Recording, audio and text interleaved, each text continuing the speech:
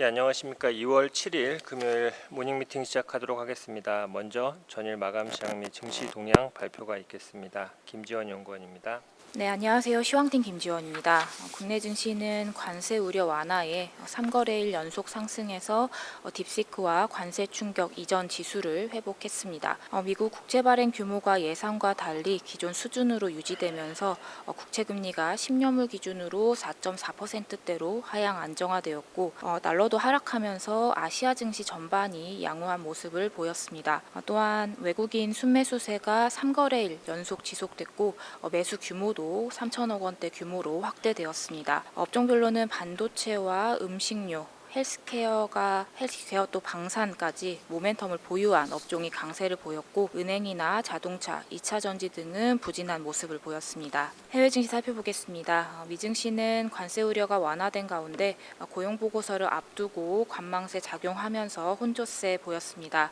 발표된 주간 실업보험 청구 건수는 21.9만 건으로 예상치와 전주 대비해서 증가하는 모습을 보였고 계속 실업수당 청구 건수도 전주 및 예상치를 상회했습니다. 또한 베센트 장관은 강달러 기조를 바란다고 강조했고 제이미슨 그리어 무역대표 지명자는 강경한 무역정책 입장을 표명했습니다. 유럽 증시는 러우 전쟁 종전 기대감과 BOE의 금리 인하 그리고 기업 실적 호조 등에 상승했고 유가는 트럼프 대통령이 유가를 낮추겠다고 재차 발언하면서 하락이 연장됐습니다. 관전 포인트 짚어보겠습니다. 국내 증시는 환율 하락과 외국인 수급 유입에 반등해서 딥시크 이슈 그리고 관세 우려 이전 수준으로 지수가 회복된 상태입니다. 이제 금일 밤 미 고용 보고서로 시선이 옮겨진 가운데 금일은 관망세 부각되면서 종목별 차별화 장세가 진행될 것으로 예상됩니다. 감사합니다. 다음은 중국 시장 자료입니다. 박수현 연구원입니다. 안녕하십니까. 아시아시장팀 박수현입니다. 중국 춘절 소비 데이터 말씀드리도록 하겠습니다. 중국은 정부의 정책적인 기대감으로 인해서 춘절 소비에 대한 기대감이 상당히 높았습니다. 그럼에도 불구하고 춘절 연휴 기간 전체 소비 규모는 6,770억 유안으로 전년 대비해서 7% 증가한 것에 그쳤습니다. 그 전년도에는 68%였기 때문에 사실상 증가율이 크게 둔화되었습니다. 여행객 수도 5억 명으로 전년 대비 6% 증가한 것에 그쳤고 기대 대비해서는 상당히 좀 부진했다라고 볼 수 있습니다. 1인당 소비 규모는 1,351 유안으로 1% 증가했습니다. 소비 경기 회복이 상당히 여전히 더디게 진행 중이고 중국 정부가 연초에 이구안신 품목을 스마트폰, 태블릿, 스마트워치, 인테리어 용품까지로 확대했지만 춘절 소비가 여전히 유의미한 증가세를 나타내지 못했다는 것은 소비 심리가 개선되지 않았다는 것으로도 해석이 가능합니다. 춘절 관련되어 있는 데이터에서도 확인했다시피 이구안신 효과가 단기에 그치지 않으려면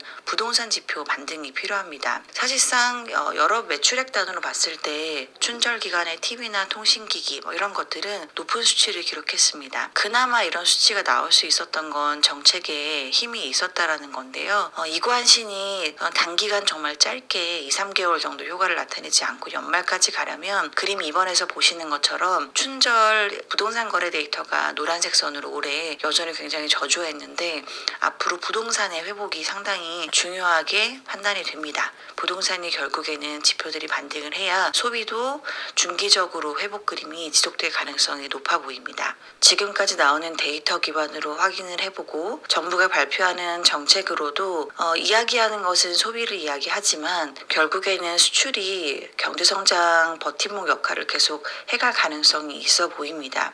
중국 정부가 올해 계속해서 수출의 성장 동력으로서 어떤 힘을 실어가겠다라고 하면 저가 수출과 더불어서 생산성 향상에 집중할 것으로 보입니다. 생산성 향상과 연결되는 AI 인프라는 중기적으로 정부와 민간의 공동적인 투자가 강화될 가능성이 높아 보입니다. 올해 중국 주식 포트폴리오는 AI 밸류체인에 포함되는 반도체나 데이터 센터, 자율주행차, 휴머노이드를 담을 필요가 있어 보이고 지수 기준으로는 본토 증시에 있는 과창판, MSCI 차이나, 홍콩 증시로는 항생탱크 이렇게 세 가지 순서로 선호합니다. 이상입니다. 예, 다음은 기업 및 산업 분석 순서입니다. 먼저 신한지주와 BNK 금융지주 말씀드리도록 하겠습니다. 강승권입니다.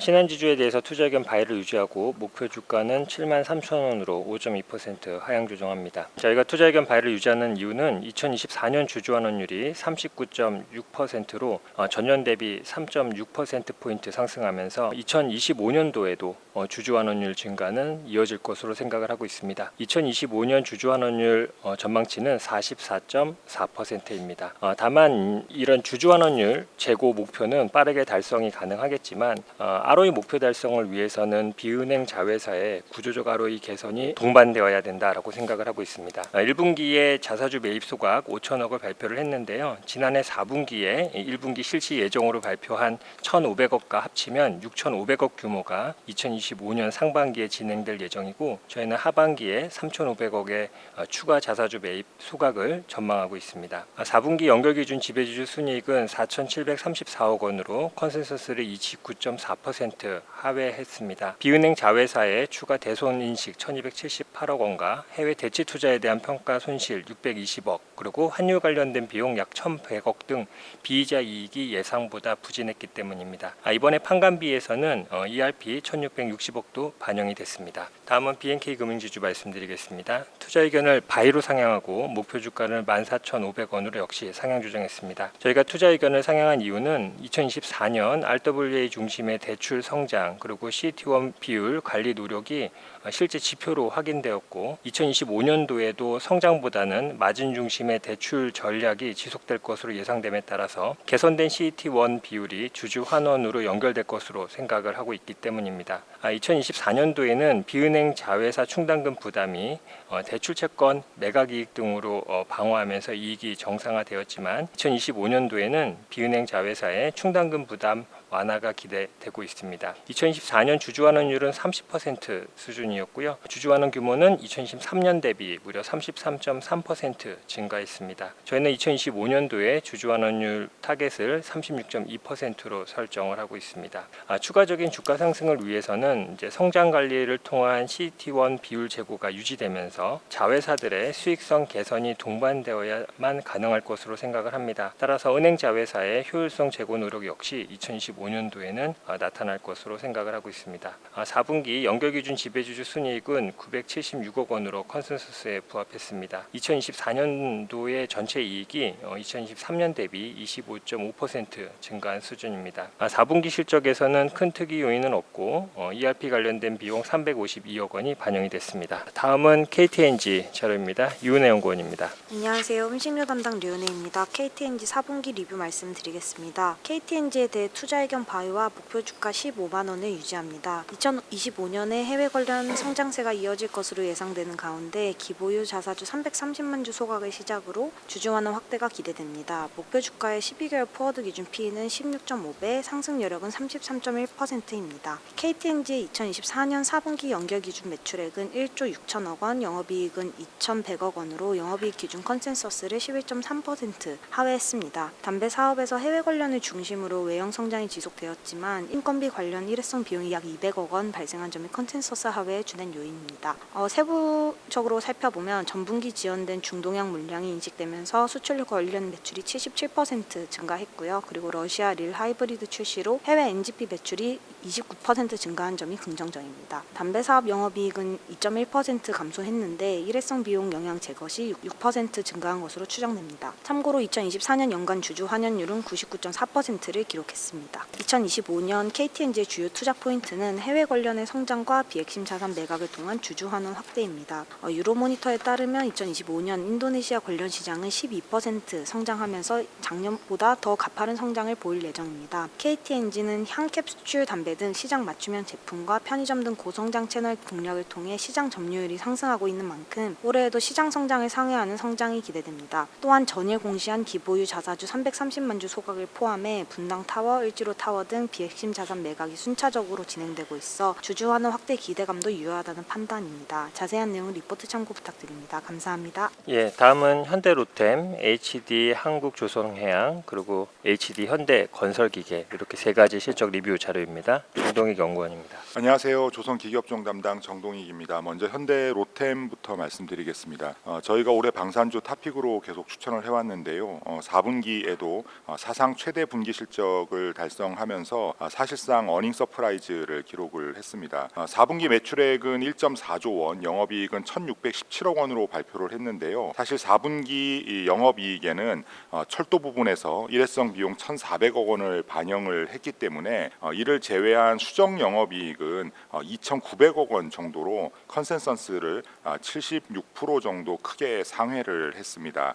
이런 호실적의 배경은 폴란드양 K2 전차의 생산량이 크게 증가한 가운데 환율도 상승한 것이 배경인데요. 작년에 56대가 폴란드에 납품이 되었는데 올해는 96대로 증가하게 되기 때문에 제작 기간이 통상 1년 정도임을 감안하면 작년 4분기부터 올해 1분기 사이에 1차 계약 물량의 정점이 지나가게 되는데요. 작년 4분기가 이러한 과정에 있었기 때문에 실적이 크게 개선된 걸로 보입니다. 4분기 방산 수출 영업이익률이 37% 수준까지 상승한 것으로 추정이 됩니다. 해당 부분의 영업이익률은 작년 2분기 때 26%, 3분기 때는 28%를 기록을 했었는데요. 4분기 때 환율 상승 등과 물량 증가로 인해 가지고 크게 상승했고요. 올해 상반기까지는 30%대 영업이익률이 가능할 걸로 전망을 하고 있습니다.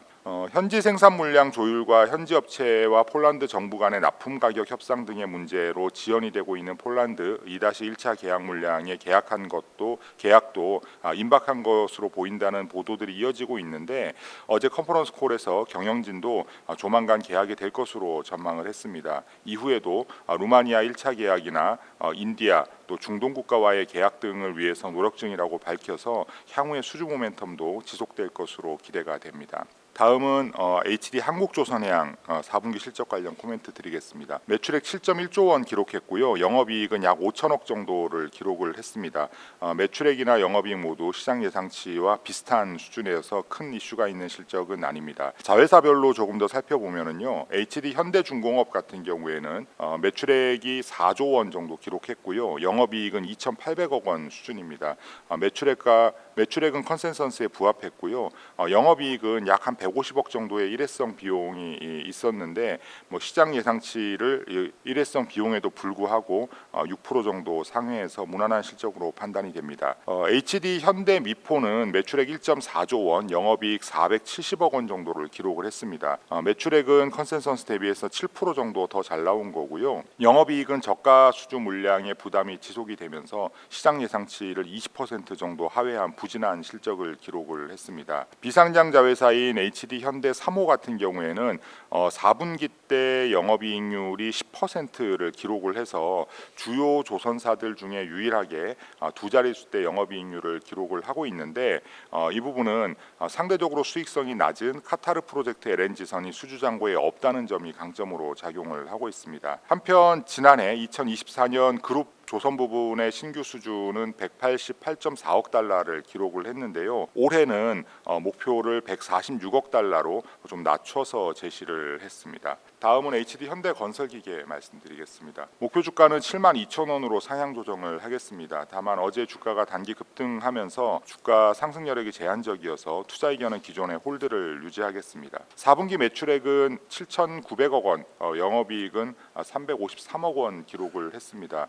매출액과 영업이익 모두 컨센서스를 크게 하회한 부진한 실적이었습니다. 중국, 인디아, 브라질 등 일부 지역에서 판매가 전년 동기 대비 증가했지만 미국과 유럽 등 주력 시장에서의 판매 부진이 이어진 데 따른 결과입니다. 한편 별도의 공시를 통해서 올해 매출액 가이던스는 3.7조 원, 영업이익은 1,946억 원 달성해 보겠다고 제시를 했는데요. 저희 지금 추정치나 컨센서스 대비해서는 매출액은 다소 좀 높은 수준이고요.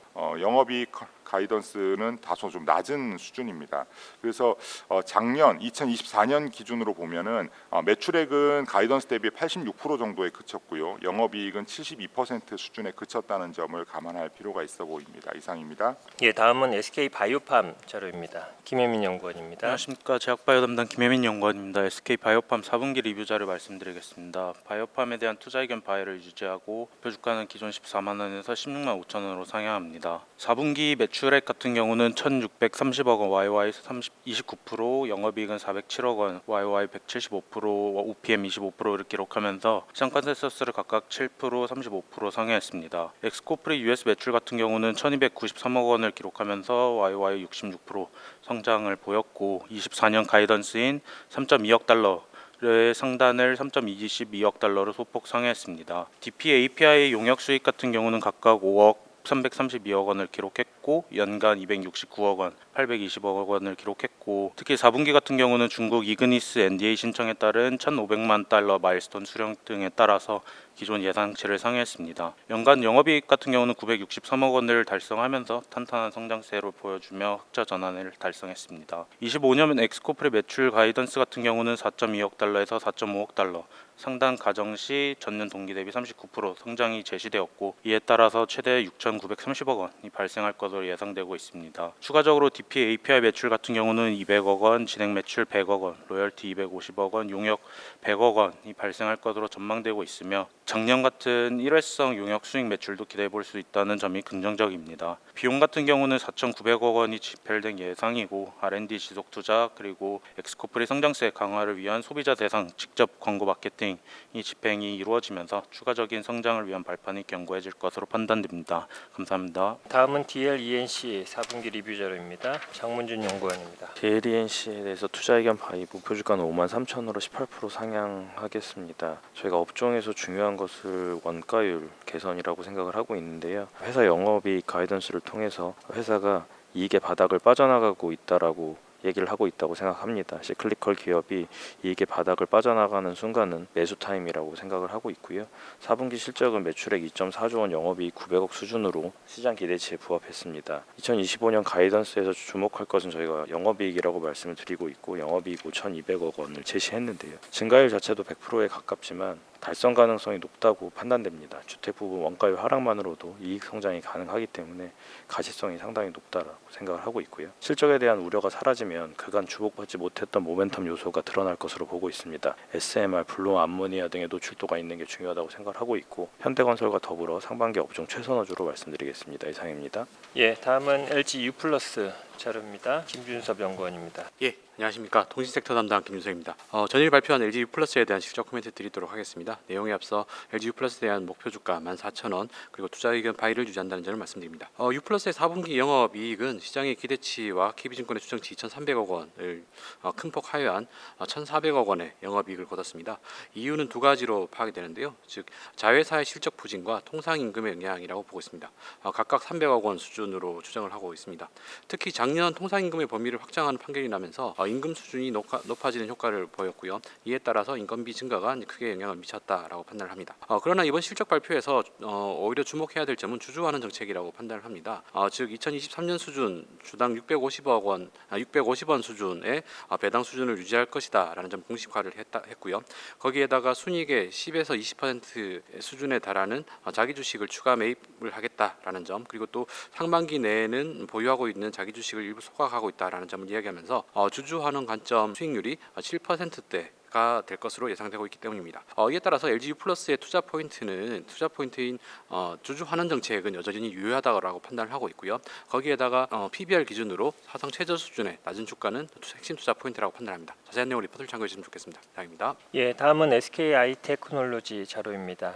네, IT에서 이창민입니다. SK 아이테크놀로지 목표 주가 27,000원으로 29% 하향 조정했습니다. 저는 종가 대비 상승 의력 13.9% 수준이므로 투자 의견 홀드 유지하도록 하겠습니다. 4분기 영업 적자 919억 원 기록해서 컨센서스 하회했습니다. 판매량은 전분 대비 12% 증가를 했지만 가동률이 여전히 낮았기 때문에 고정비 부담 확대가 불가피했습니다. 당분간 SK 아이테크놀로지는 재고 우선 소진 정책을 펼칠 예정입니다. 따라서 가동률이 증가하지 않을 것으로 전망되고 있기 때문에 당분간 영업적자 흐름 불가피할 것으로 전망하고 있습니다. 2025년 연간 영업적자 1,009억 원 예상하고 있습니다. 앞서 말씀드린 재고품 위주 판매 정책으로 인해서 상반기까지는 낮은 가동률로 인한 영업적자가 불가피합니다. 다만 적극적인 수주 활동이 최근에 결실을 맺고 있는 점 긍정적인데요. 올해 중에 최소 4개 이상의 유의미한 고객이 추가로 확보될 것으로 예상되기 때문에 향후 지속적인 가동률 개선은 예상되고 따라서 26년 1분기부터 분기 흑자 전환 가능할 것으로 기대됩니다. 이상입니다. 예, 다음은 DL 자료입니다. 전우재 연구원입니다.